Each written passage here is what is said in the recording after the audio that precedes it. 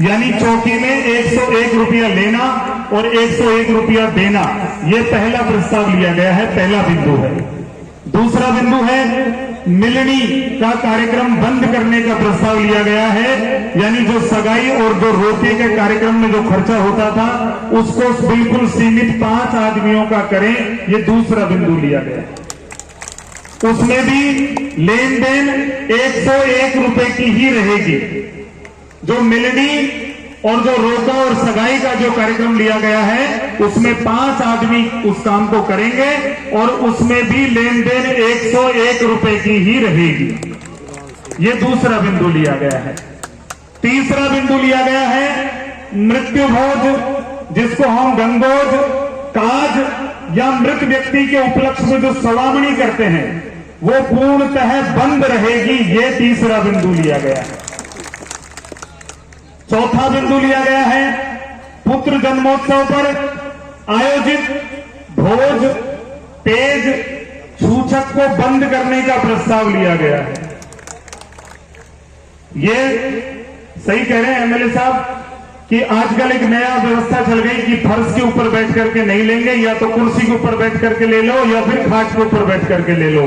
तो लेन देन सारी बंद करी जाए, ऐसा चौथा बिंदु लिया गया है। ऐसा चौथा बिंदु है कि कोई भी लेन देन, सूचक, पेज, जो हम जलवा का कार्यक्रम करते हैं उसमें लेन देन का कार्यक्रम किसी भी प्रकार से बंद हो, ना वो फर्श के ऊपर लिया जाए, ना खाट के ऊपर लिया जाए, ना फिर कुर्सी के ऊपर बैठ करके वो लिया जाए। पांचवा बिंदु है लग्न टीका में 101 रुपए का ही लेन देन किया जाए। जो हम टीका या लग्न देते हैं उसमें 101 रुपए का ही लेन देन किया जाए। छठवां बिंदु है शोक सभा में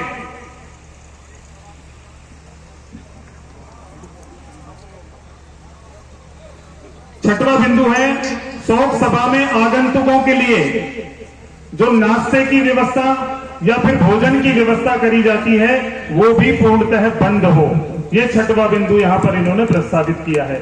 सातवां बिंदु है महिलाओं द्वारा किसी भी सामाजिक अवसर पर छोटा सा कार्यक्रम होता है तो भी अनेक प्रकार के बर्तन, अनेक प्रकार के वस्त्र बांटे जाते हैं, वो भी बंद होना प्रस्तावित किया गया है। आठवां बिंदु है लड़की की शादी में निज परिवार व थोक के अलावा गांव में केवल घरपति भोज निमंत्रण करने का प्रस्ताव लिया गया है।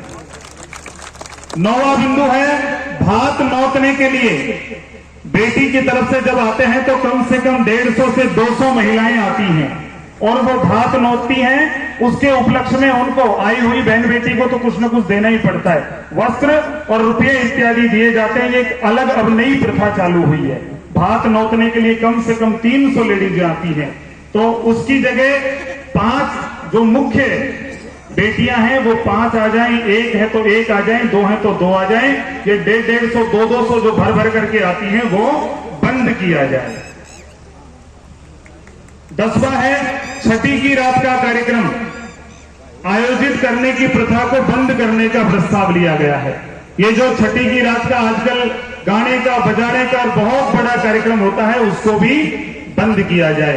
और 11वां इनका जो प्रस्ताव है वो है सामाजिक कार्यक्रम में डीजे घर पर बजाने, लगाने एवं शराब की स्टॉल को बंद करने का प्रस्ताव लिया गया है। ये 11 मुख्य बिंदु समाज की पटल के ऊपर रखे हैं, सबके सामने रखे हैं। डीजे के ऊपर बंद, शराब की स्टॉल के ऊपर बंद, छठी की रात के जो मासियों या फिर जो अपनी हरियाणवी कलाकार जो बुलाते हैं और बड़ा प्रोग्राम करते हैं भोजन इत्यादि का, तो वो भी बंद होना चाहिए।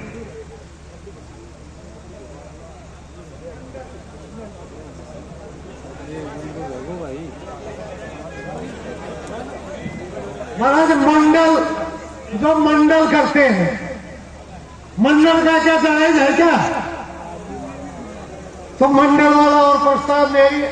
महाराज मेरा निवेदन है, लगन में जो 500 आदमी लेकर के आ रहे हैं ना लड़की वाले, वो भी एक बारात लड़की वाले लेके आते पहले लड़के वाले, उसको भी लो शामिल। डबल बारात हो रही है, वो एक बारात तो लड़का वाला लेके जाता है, एक लड़की वाला लेके आता पहले लगन। और हमारे इधर ज्यादा है, देखो इधर है कि नहीं, लेकिन हमारे विराटनगर साइड से तो बहुत ज्यादा है इसको कंट्रोल कराओ जब कर ही रहे तो। देखिए, लगन टीका में 5 से 10 व्यक्तियों की 5 से 10 व्यक्तियों की करो कि 5 से 10 व्यक्ति जाएं आए और 101 रुपए का वहां पर जो नेक है वो दिया जाए।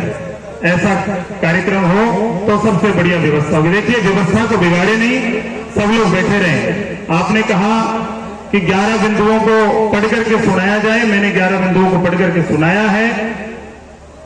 आप सब लोग बैठे विराजे, इनके ऊपर जो भी मेरा एक निवेदन है आप लोगों से, ये